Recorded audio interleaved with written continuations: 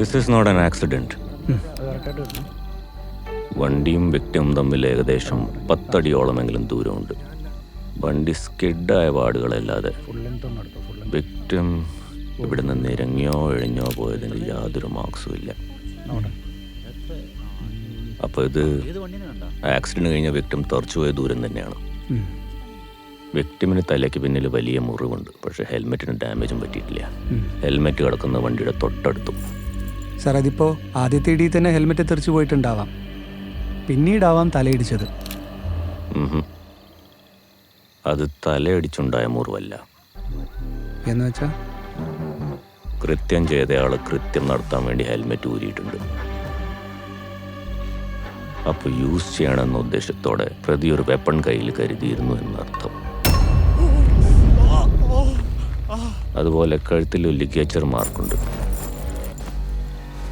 പോയത് സ്വർണ്ണമാല മറ്റാണെങ്കിൽ പ്രതി monetary benefit നോക്കുന്നുണ്ട്. വിക്ടിമിനെ ഐഡന്റിഫൈ ചെയ്തോ? സാർ, വെഹിക്കിളിൻ്റെ രജിസ്ട്രേഷൻ ഡീറ്റെയിൽസും ഓണർഷിപ്പ് ഡീറ്റെയിൽസും എടുത്തിട്ടുണ്ട്. മരിച്ച ആളുടെ പേര് ഒരു Samuel Oommen. Samuel Oommen.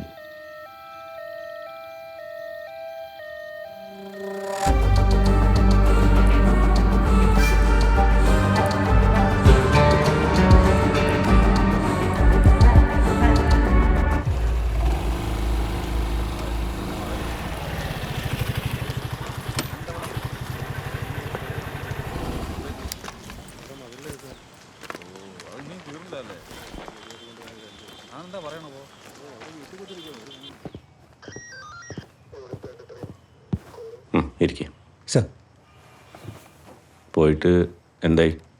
Sir, അറിഞ്ഞുകൊടുത്തോളം അത്യാവശ്യം കാശ് കണ്ട് വളർന്നിട്ടുള്ള, കാശ് കണ്ട് ഒരുപാട് കളി കളിച്ചിട്ടുള്ള ഒരാളാണ് ഈ സാമുവൽ. നല്ല സാമ്പത്തികമുള്ള കുടുംബം, 2 മക്കൾ. ചെക്കനങ്ങ് UK റെസ്റ്റോറൻറ്റ് ബിസിനസ്സാണ്. മകളിവിടെ പഠിച്ചുകൊണ്ടിരിക്കുക. ഈ സാമുവലിന് ചീട്ടുകളിയുടെ വീക്ക്നെസ് ഉണ്ടായിരുന്നു. പിന്നെ അതുപോലെ തന്നെ നല്ലോണം മദ്യപിക്കുകയും ചെയ്യുമായിരുന്നു. ഈ ടോട്ടറി ക്ലബ്ബിലെ ചീട്ടുകളി ഫ്രണ്ട്സുമായി ചേർന്ന് പുള്ളി കുറച്ച് റിയൽ എസ്റ്റേറ്റ് ബിസിനസ് ചെയ്ത് കുറച്ച് സാമ്പത്തിക നഷ്ടം വരുത്തി വെച്ചിട്ടുണ്ടായിരുന്നു. അതിനുശേഷം പുള്ളി ഒന്ന് ഒതുങ്ങിയത്. പിന്നെ ഈ വസ്തുക്കളുടെ ആദായവും പിന്നെ പുറത്തുള്ള അടിയൊക്കെ നിർത്തി നല്ല രീതിയിൽ നടക്കുമായിരുന്നു എന്നാണ് എല്ലാവരും ഇപ്പോൾ പറയണേ. ഒതുങ്ങിപ്പോകുന്നവന് അങ്ങനെ ശത്രുക്കൾ ഇപ്പം ഉണ്ടാവാൻ സാധ്യത കുറവല്ലേ? അതെ സാർ. അന്ന് രാത്രി അഡ്വക്കേറ്റ് ജയപ്രകാശിനെ കാണാൻ പോയിന്നാണ് സാമുവലിൻ്റെ വൈഫ് പറയുന്നത്. നാന്ത്രിക്കിലാണ് അഡ്വക്കേറ്റിൻ്റെ വീട്. ഈ സാമുവൽ മരിച്ചു കിടന്നതും ആ റൂട്ടിലാണ്.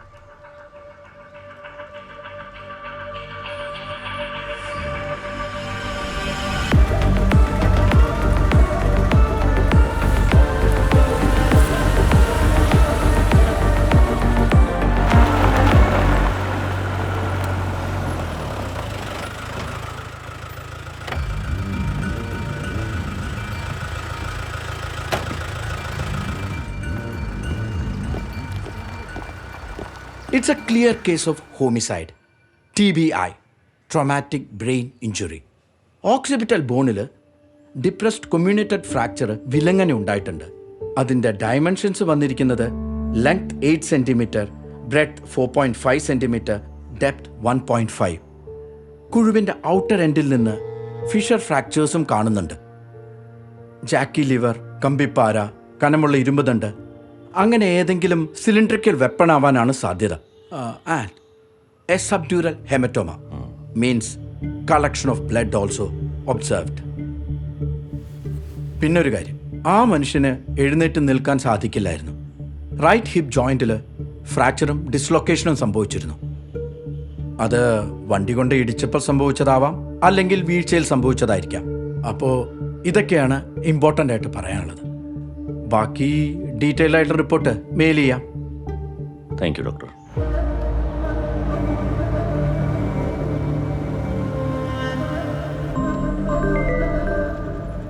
എന്തായി എടുക്കളെ? സാറേ, ഈ പരിസരത്തുള്ള സകല വർക്ക്ഷോപ്പിലും കയറി ഇറങ്ങി. ഹിറ്റ് ആൻഡ് റൺ പാറ്റേൺ സംശയിക്കാവുന്ന ഒരു കേസും ഇവിടെ ഒന്നും വന്നിട്ടില്ല സാറേ. ഉം. പിന്നെ CCTV വിഷ്വൽസ് കളക്ട് ചെയ്യാനും കുറേ ബുദ്ധിമുട്ടി സാറേ. ആകെ കിട്ടിയേക്കുന്ന ഒരു പെട്രോൾ പമ്പിലെ വിഷ്വൽസാണ്.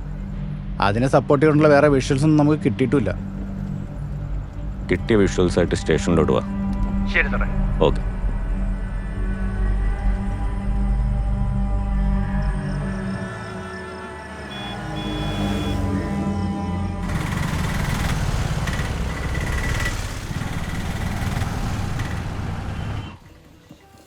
അന്ന് രാത്രി എന്തിനാണ് സാമുവൽ അഡ്വക്കേറ്റിനെ വന്ന് കണ്ടത്? അത് വേറൊരു നാറ്റ കേസാ സാറേ. പുള്ളിയുടെ മോൾക്കൊരു പ്രേമം. ആ പയ്യനാണ് വേറൊരു കാസ്റ്റും. അച്ചായൻ ഒരിക്കലും അംഗീകരിക്കാൻ പറ്റാത്ത ഒന്ന്. എന്നോടെല്ലാം ഒന്ന് പറയാറുണ്ടേ, കേസ് നടത്തിയുള്ള ആത്മബന്ധമാണ്. ഇന്നലെ വന്നത് പ്രശ്നം കുറച്ച് രൂക്ഷമായപ്പോഴാണ്. 2 ദിവസം മുമ്പ് അച്ചായൻ്റെ മോള് പറയുക ആ പയ്യനെ വിട്ടൊരു പരിപാടിയിലെന്ന്. ആ പയ്യൻ വിളിച്ച് ഇറങ്ങിപ്പോവെന്ന്. അതും അച്ചായൻ്റെ മുഖത്ത് നോക്കി പറഞ്ഞു. കേട്ട പാതി കേൾക്കാത്ത പാതി അച്ചായൻ ആ പയ്യനെ വിളിച്ച് തീർത്ത് കളയെന്ന് പറഞ്ഞു. പിന്നെ അത് ഏറ്റുപിടിക്കാൻ കുറേ അവന്മാരും. ഒറ്റ ഓർത്തും ശരിയല്ല സാറേ. കോണം അതാണല്ലോ. ആ ഏരിയ അത്ര വെടിപ്പല്ല. ഇടവെട്ട ലക്ഷം വീട് കോളനി. അച്ചായൻ ആള് ശാന്തനാ, ഇടഞ്ഞാ പ്രശ്നമാണ്. അതെല്ലാവർക്കും അറിയാം. പക്ഷെ അച്ചായൻ്റെ ജീവന് ഭീഷണി ഉണ്ടായിരുന്നു. അക്കാര്യം സംസാരിക്കാനാണ് സാമുൽ അച്ചായൻ ഇന്നലെ വന്നത്. എന്നോട് ആരെങ്കിലും സംശയം ഉണ്ടോ എന്ന് ചോദിച്ചാൽ ഞാൻ ആ പെണ്ണിൻ്റെ കാമുകൻ്റെ പേരേ പറയൂ. കാര്യങ്ങളൊക്കെ റെഡി ആയിട്ട് വേണം. റെഡി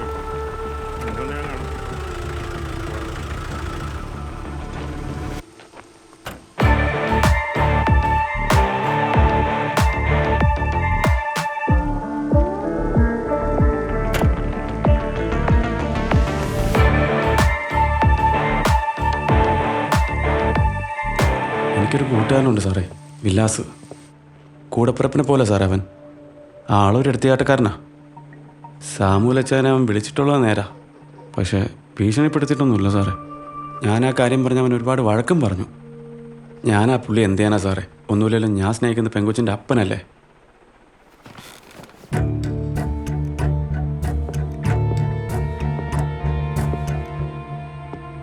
അപ്പോൾ ഇതിലൊന്നും നീ ഇല്ല എന്നാണോ? ഉറപ്പായിട്ടുമില്ല സാറേ.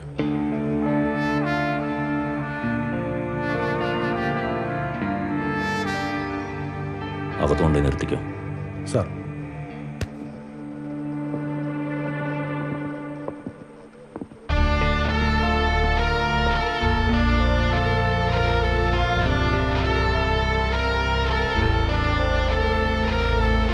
ഇന്നലെ ഉറങ്ങിയിട്ടില്ല സാറേ. ഇന്നലെ രാത്രി ഹോസ്പിറ്റലായിരുന്നു. അതെ സർ, ആ എന്താ അഞ്ജലി? മോളുടെ റിസൾട്ട് വന്നു. ഫുൾ A+ ഉണ്ട്. കൺഗ്രാറ്റുലേഷൻസ്. എടുക്കൂ. മോളോട് കൺഗ്രാറ്റ്സ് പറയട്ടോ. ഓ, പറയാലോ.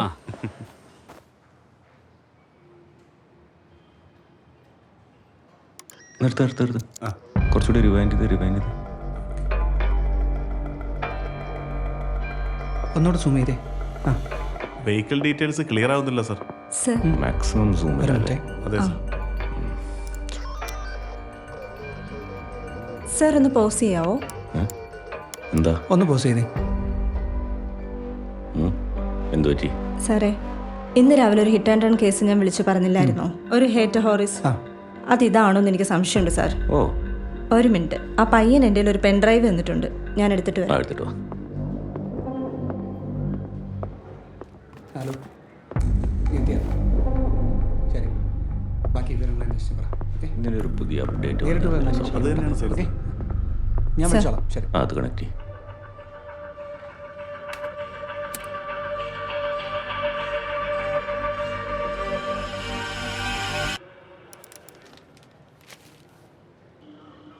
ഡിയർ ഫ്രണ്ട്സ്, ഇതെന്താവുമെന്നോ എങ്ങനെ ആവുമെന്നോ എനിക്ക് ഒരു പിടിയുമില്ല.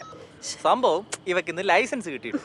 അന്നേരം തൊട്ട് വണ്ടി ഓടിക്കണം എന്ന് പറഞ്ഞ് എനിക്കൊരു ഇരിക്കപ്പുറം തന്നിട്ടില്ല. ഇവളെങ്ങനെയാണ് കേരള മോട്ടോർ വെഹിക്കിൾ ഡിപ്പാർട്ട്മെന്റിനെ അടിച്ചിട്ട് ലൈസൻസ് എടുത്തെന്നറിയാൻ ആഗ്രഹമുള്ളതുകൊണ്ട് ഞാനും കയറിയിരിക്കുവാണ്. റിസൾട്ട് ഇപ്പം തന്നെ അറിയാം. പിന്നെ ഉത്തരവാദിത്തമുള്ള ഒരു പൗരൻ എന്ന നിലയിൽ പൊതുജനാരോഗ്യം കണക്കിലെടുത്ത് ഞാൻ തിരഞ്ഞെടുത്തിരിക്കുന്നത് രാത്രി സമയത്താണ്. ഇവിടെ വണ്ടിയും കുറവാണ്. മോളെ, നിന്നെ എനിക്ക് അത്രയ്ക്ക് വിശ്വാസമില്ല കേട്ടോ, ഒന്നും വിചാരിക്കല്ലേ. നിന്റെ ഈ വളിപ്പടി ഒന്ന് കഴിഞ്ഞെങ്കിൽ എനിക്ക് വണ്ടി ഒന്ന് എടുക്കാവോ? എടുത്തോ. ഞാൻ മാത്രമല്ല, എനിക്ക് എല്ലാരും ഇത് കാണിച്ചു. അപ്പൊ ഗായ്സ്, ദാ വണ്ടി എടുക്കുന്നു. നമ്മളെല്ലാരും കാത്തിരുന്നവരും അയ്യോ ആരാ എവിടെ വണ്ടി ഓടിക്കുന്നത്? ഇവനെ നിനക്ക് എന്തെങ്കിലും പറ്റിയോ? മോക്ക് എന്തെങ്കിലും പറ്റിയോ? ഞാൻ പിടിക്കാൻ വരാതെ എല്ലാരും കാത്തിരുന്ന അയ്യോ ആരാ എവിടെ വണ്ടി ഓടിക്കുന്നത്? ഇവനെ നിനക്ക് എന്തെങ്കിലും പറ്റിയോ? മോക്ക് എന്തെങ്കിലും പറ്റിയോ? ഞാൻ പിടിക്കാൻ വരാതെ.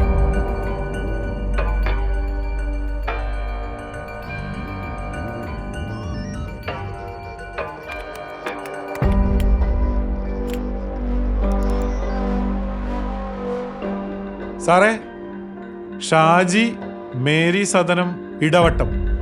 ഷാജി സാറേ, ഈ ആളെനിക്കറിയാം. ആളിത്തിരി പശക. നമ്മുടെ ആ ഇടവട്ടം ലക്ഷം വീട് കോളനിയിലുള്ള ആ ഏരിയ ഒന്ന് ഒതുങ്ങിയതായിരുന്നല്ലോ. പിന്നെ തുടങ്ങിയിട്ടുണ്ട് സാറേ.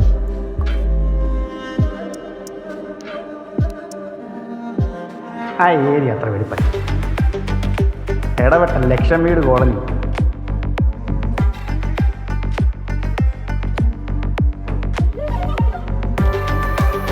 എന്നോട് ആരെങ്കിലും സംശയം ഉണ്ടെന്ന് ചോദിച്ചാൽ ഞാൻ ആ പെണ്ണിൻ്റെ കാമുകൻ്റെ പേര് പറയും.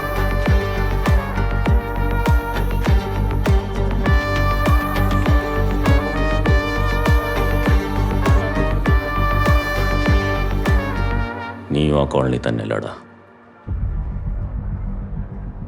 അതെ. നിനക്കറിയില്ലേ നിന്റെ കോളനിയിലെ ഷാജിയെ? അറിയാം. ദാസേ, സർ, ഷാജിയെ പൊക്കിയേര്. ഇവൻ പറയാത്ത ഒരുപാട് കാര്യങ്ങൾ ഇനിയുണ്ട്.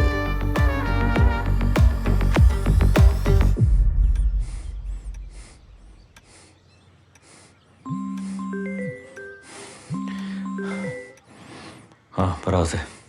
സാറേ, ആ ഷാജി അബ്സ്കോണ്ടായി. മൊബൈലിലും വിളിച്ചിട്ട് കിട്ടുന്നില്ല. നമുക്ക് പണിയായെന്നാ തോന്നുന്നത്. അല്ല, അവനെ പൊക്കിയേ പറ്റൂ. അവൻ എങ്ങനെയാണ് ഇതിനകത്ത് ഇന്നായതെന്നുള്ള റൂട്ട് നമുക്കറിയണം. ഒരു 30 മിനിറ്റ്സിൽ ഇങ്ങോട്ട് വാ. Okay sir.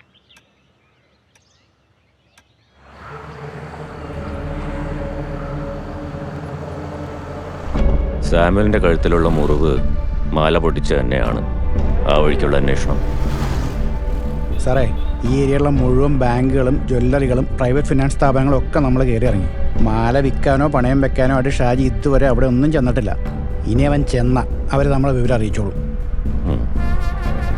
സാറേ, ഓട്ടോ സ്റ്റാൻഡിൽ കിടന്നുകൊണ്ട് വണ്ടി ഓടുന്നെങ്കിലും കാശ് കിട്ടുന്ന ഏത് ഉടങ്കൊല്ലി പരിപാടിക്കും മുന്നും പിന്നും നോക്കാതെ ചാടി ഇറങ്ങുന്നവനാ ഈ ഷാജി. അവന് കക്കാനും അറിയാം, നിൽക്കാനും അറിയാം. പക്ഷെ അവനിങ്ങനെ ഒരു മണ്ടത്തരം കാണിക്കുന്ന എനിക്ക് തോന്നുന്നില്ല. നമുക്ക് നോക്കാം.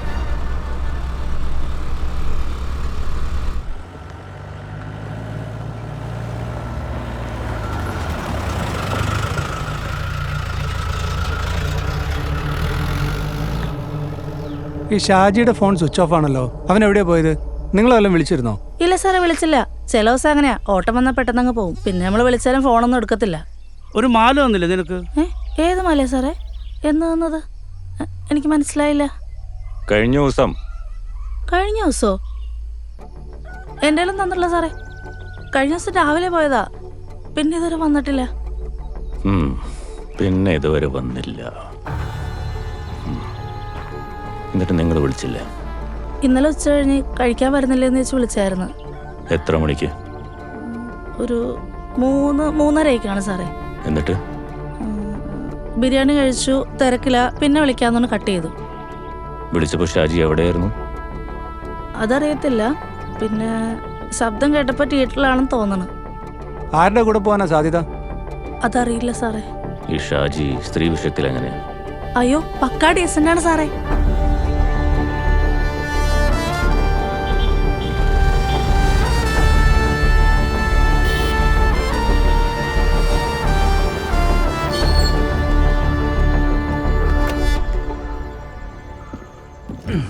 വണ്ടി എടുത്തോ സാറേ.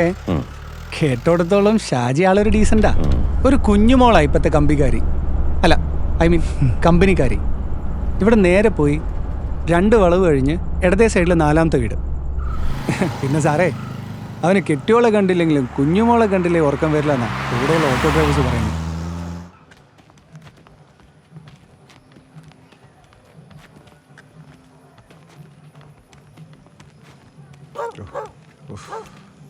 കുഞ്ഞുമോളെ, കുഞ്ഞുമോളെ, വാ സാറേ. കുഞ്ഞുമോളെ, ആ ഒന്ന് വന്നേടി കൊച്ചേ. കുഞ്ഞുമോളെ, ഓ ദേ സാറിന് നിന്നോട് ഏതാണ്ട് ചോദിക്കാനുണ്ടെന്ന്.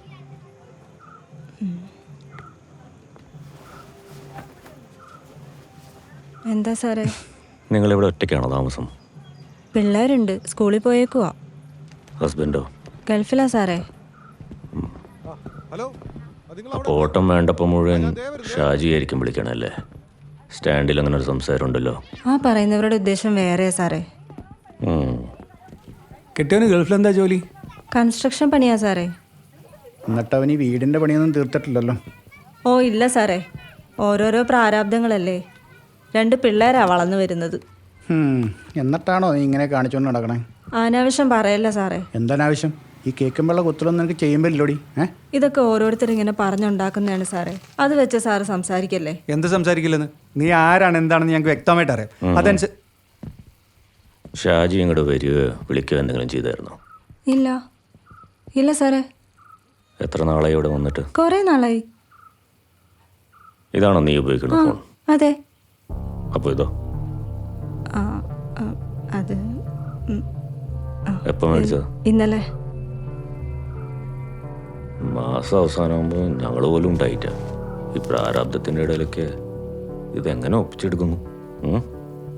ഉള്ളതൊക്കെ വെച്ച് ഇട്ടുകൂട്ടി മേടിച്ചതാ സാറേ. അതുകൊട്ടെ. ഷാജി നിനക്ക് കൊണ്ടുത്തന്ന മാല ഏകദേശം എത്ര തൂക്കം വരും? ഏത് മാലയാ സാറേ?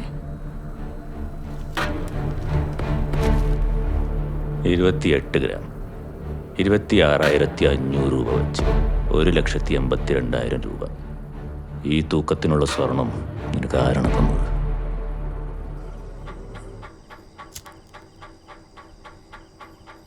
എന്താ ഷാജി എണ്ണ ഇത് മൊത്തം അള്ളിപ്പറിച്ച് വെച്ചേക്കുവാണല്ലോ. നിന്റെ നീറ്റിലൊക്കെ ദേ ഇത് മാറ്റിക്കോളും.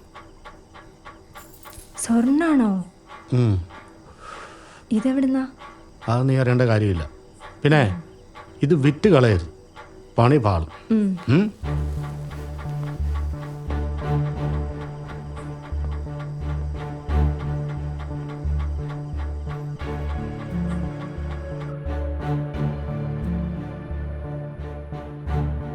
നീ ഇത് പണയം വെച്ചതാണോ വിറ്റതാണോ? ഇവിടെ സ്വർണത്തിന്മേൽ കൈവായ്പ കൊടുക്കുന്ന ഒരു താത്തയുണ്ട്. അവിടെ ഞാൻ പണയം വെച്ചതാ.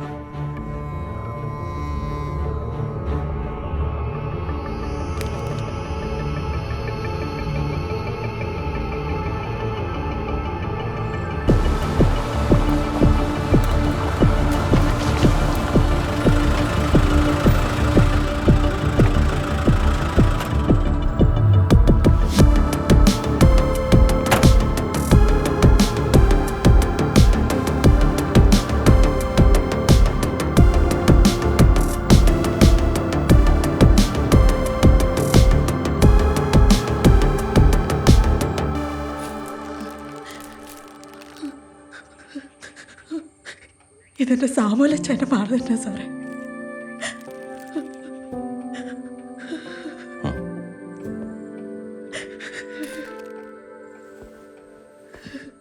എപ്പോഴാ ചേട്ടൻ നോക്ക്? മറ്റന്നാള് മൂത്ത മോനെ UK-ല. അവൻ നാളെ വൈകിട്ടേ എത്തുള്ളൂ സാറേ. 1-2 കാര്യങ്ങളൊന്ന് ചോദിച്ചറിയാൻ വേണ്ടിയാ. ഇതൊരു ആക്സിഡൻ്റ് അല്ല, കാര്യങ്ങളൊക്കെ അറിയാലോ. അറിയാം സാർ. പക്ഷേ ചാച്ചനോട് ആർക്കാ ഇത്രയും വൈരാഗ്യം? എത്ര ആലോചിച്ചിട്ട് എനിക്ക് മനസ്സിലാവുന്നില്ല. അതൊന്ന് കണ്ടെത്തി തരണം. പിന്നെ സാറേ, സ്ട്രൈറ്റ് ആയിട്ടൊരു കാര്യം പറയുന്നതുകൊണ്ടൊന്നും വിചാരിക്കരുത്. എൻ്റെ മൊഴിക്ക് എന്തേലും വാലിഡിറ്റി ഉണ്ടെങ്കിൽ ഞാൻ പറയുക. എൻ്റെ ബോയ് ഫ്രണ്ടിന് ഇതിലൊരു പങ്കുമില്ല. വെറുതെ അവൻ്റെ പുറകെ പോയി ഇത് ചെയ്ത ആൾ രക്ഷപ്പെടാൻ പാടില്ല. അതുകൊണ്ട് പറഞ്ഞേക്കൂ. ചെയ്തതാരാന്ന്? എന്താ പേര് പറഞ്ഞേ? എസ്തർ. എസ്തർ. കൃത്യമായിട്ട് കണ്ടെത്തുന്നല്ലേ എസ്തറെ ഞങ്ങളുടെ ജോലി. പിന്നെ എസ്തറിൻ്റെ ബോയ് ഫ്രണ്ട് ഇത് ചെയ്തിട്ടില്ലെന്ന് ഉറപ്പിച്ച് പറയാൻ എസ്തർ അയാളുമായിട്ട് ഒരുമിച്ച് ജീവിച്ച് വരികയൊന്നും ആയിരുന്നില്ലല്ലോ. ശരിയല്ലേ? അയാൾ എങ്ങനെയാ, എന്താണ്, എവിടെയാണ്, എങ്ങനെയാണ് ആ സമയത്ത് ഉണ്ടായിരുന്നത്? എന്നൊക്കെ പറയാൻ പറ്റില്ലല്ലോ. അതൊക്കെ ഞങ്ങൾ കണ്ടുപിടിച്ചോളാം. എസ്തർ എന്തിനാ മിനിഞ്ഞാന്ന് രാത്രി 9:27 ചാച്ചനെ വിളിച്ച് 1 മിനിറ്റും 13 സെക്കൻഡ് സംസാരിച്ചത്? എന്തായിരുന്നു ചാച്ചനോട് സംസാരിച്ചത്? അയ്യോ സാറേ, എൻ്റെ ഫോൺ എൻ്റെ കയ്യിൽ ഇല്ലായിരുന്നു. അത് ചാച്ചൻ്റെ കയ്യിലായിരുന്നു. പിന്നെ എങ്ങനെയാ സാറേ ഞാൻ വിളിക്കുന്നത്? അതെ, സാമുലിൻ്റെ കംപ്ലീറ്റ് കോൾ ഡീറ്റെയിൽസ് വെച്ചാണ് ഞങ്ങൾ സംസാരിക്കുന്നത്. എസ്തറാണ്, അല്ലെങ്കിൽ എസ്തറിൻ്റെ ഫോണിൽ നിന്നാണ് അവസാനമായിട്ട് സാമുലിന് ഒരു കോൾ പോയിരുന്നത്. അതാ സാറേ ഞാനും പറഞ്ഞേ, എൻ്റെ ഫോൺ എൻ്റെ കയ്യിൽ ഇല്ലായിരുന്നു. അത് ചാച്ചൻ്റെ കയ്യിലായിരുന്നു. മോള് പറഞ്ഞത് നേരാ സാറേ. ആ ചെക്കനുമായിട്ടുള്ള പ്രശ്നത്തിൽ ഇവളുടെ ഫോൺ അങ്ങനെ മേടിച്ച് വെച്ചേക്കായിരുന്നു. സാമുൽ ആ ഫോൺ ആർക്കെങ്കിലും കൊടുത്തായിട്ട് അറിയാവോ? അതിനെക്കുറിച്ചൊന്നും എനിക്ക് അറിയത്തില്ല സാർ. എൻ്റെ ഫോൺ മിസ്സിങ് ആണെന്ന് പോലും ഞാൻ അറിയുന്നത് ഇപ്പോഴാണ്.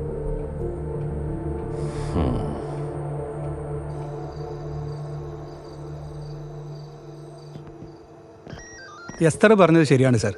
26-ാം തീയതി രാത്രി 9:27 എസ്തറിൻ്റെ ഫോൺ ലൊക്കേഷൻ കാണിക്കുന്നത് മുരിങ്ങമൂട് ടവറിൻ്റെ കീഴിലാണ്.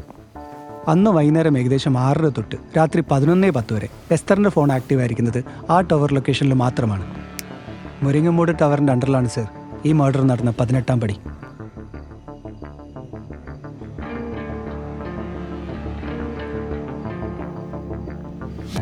വിച്ച് മീൻസ് 4-4.5 മണിക്കൂറോളം സാമുവലിൻ്റെ വരവും കാത്ത് മുരിങ്ങമൂട് ഭാഗത്ത് ആരോ ഒരാളുണ്ടായിരുന്നു. അയാളുടെ കയ്യിൽ എസ്തറിൻ്റെ ഫോൺ എങ്ങനെ വന്നു? ഷാജിയും അയാളും തമ്മിൽ കണക്ഷൻ ഉണ്ടോ? ഉണ്ടെങ്കിൽ അതെന്താണ്? ഏത് രീതിയിലുള്ള സഹായമാണ് ഷാജി അയാൾക്ക് ചെയ്തു കൊടുത്തിരിക്കുന്നത്? ഇതിനെല്ലാം ഉപരി എസ്തർ പറഞ്ഞതെല്ലാം സത്യമാണോ?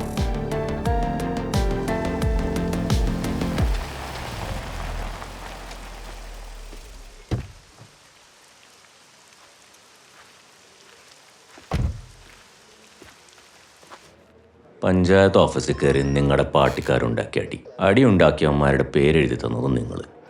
ആ ലിസ്റ്റിലുള്ള ചെക്കനല്ലേ ഇവൻ? അതെ. എടാ, 13-ാം തീയതി 10 മണിക്ക് LD ക്ലർക്ക് എക്സാം എഴുതാൻ കായംകുളത്തെ പോയി ഇവൻ എങ്ങനെയാടാ 10:30 ഇവിടെ നടന്ന അടി കൂടുന്നേ? ഇങ്ങനെ പിള്ളേരെ കേസിപ്പെടുത്തിയിട്ടല്ല പാർട്ടിയിൽ ആളെ കൂട്ടുണ്ട്, മനസ്സിലായോ? സാർ, അഡ്വക്കേറ്റ് ജയപ്രകാശ് വന്നിട്ടുണ്ട്. ആ, നിങ്ങൾ പോക്കോ. സർ, മര്യാദയ്ക്ക് അടിയിലുണ്ടായവന്മാരുടെ പേര് മാത്രം എഴുതി വെച്ചിട്ട് പൊക്കോളണം. ശരി സാർ. ഹലോ, സ്റ്റേഷനിലുണ്ട്. അത് കഴിഞ്ഞിട്ടൊന്നുമില്ല. Good morning. Good morning sir. ഇരിക്കൂ. ഞാൻ വിളിപ്പിച്ചതേ അന്ന് നിങ്ങളെ ചോദ്യം ചെയ്തില്ലേ, അപ്പോൾ കുറച്ച് കാര്യങ്ങൾ വിട്ടുപോയി. അതൊന്നും അറിയാൻ വേണ്ടിയിട്ടാ. ചോദിച്ചോ സാറേ. അന്ന് രാത്രി സാമുവൽ വക്കീലിൻ്റെ അടുത്ത് ഇരുന്നപ്പോൾ പുള്ളിക്ക് കോൾസ് വല്ലതും വന്നായിരുന്നു? വന്നായിരുന്നു, പക്ഷെ അത് ആരാണെന്ന് എനിക്കറിയത്തില്ല. കോള് വരുന്ന സമയത്ത് ഞാൻ പുള്ളിക്ക് കുടിക്കാൻ എടുക്കാനേ അകത്തേക്ക് പോയിരുന്നു. പുള്ളിയുടെ മോളുടെ മൊബൈൽ ഫോണെ കുറിച്ച് വല്ല സംസാരം അവിടെ ഉണ്ടായിരുന്നു? ഞാൻ അന്നൊരു പയ്യൻ്റെ കാര്യം പറഞ്ഞില്ലേ, ചിലപ്പോൾ അതിന് വേണ്ടിയിട്ടായിരിക്കും. അച്ചായൻ്റെ അടുത്ത് ആ പെങ്കൊച്ചൻ്റെ മൊബൈലിൽ എന്തെങ്കിലും ചെയ്താൽ അച്ചായൻ്റെ മൊബൈലിൽ അറിയാൻ പറ്റുമോ ചോദിച്ചു. ഒരു ആപ്ലിക്കേഷൻ ഇൻസ്റ്റാൾ ചെയ്താൽ ചെയ്യാൻ പറ്റുമെന്ന് ഞാൻ പറയുകയും ചെയ്തു. ഏതെങ്കിലും ഒരു കടയിൽ കൊടുത്താൽ ചെയ്യാവുന്ന കാര്യമുള്ളൂ എന്നും പറഞ്ഞു. അച്ചായൻ പക്ഷേ ഒരു ഹാഫ് ഫ്രാൻറ്റിക് മൂഡിലായിരുന്നു. ഞാൻ വിചാരിച്ച ഉടനെ തന്നെ ആ പയ്യനെ തീർത്ത് കളയുമെന്നു. എന്നെക്കൊണ്ട് പറ്റുന്ന രീതിയിൽ ഞാൻ അച്ചായനെ സമാധാനിപ്പിച്ചിട്ടാണ് അന്ന് അവിടുന്ന് പറഞ്ഞു വിട്ടത്. ദാസേ പറ. സാറേ,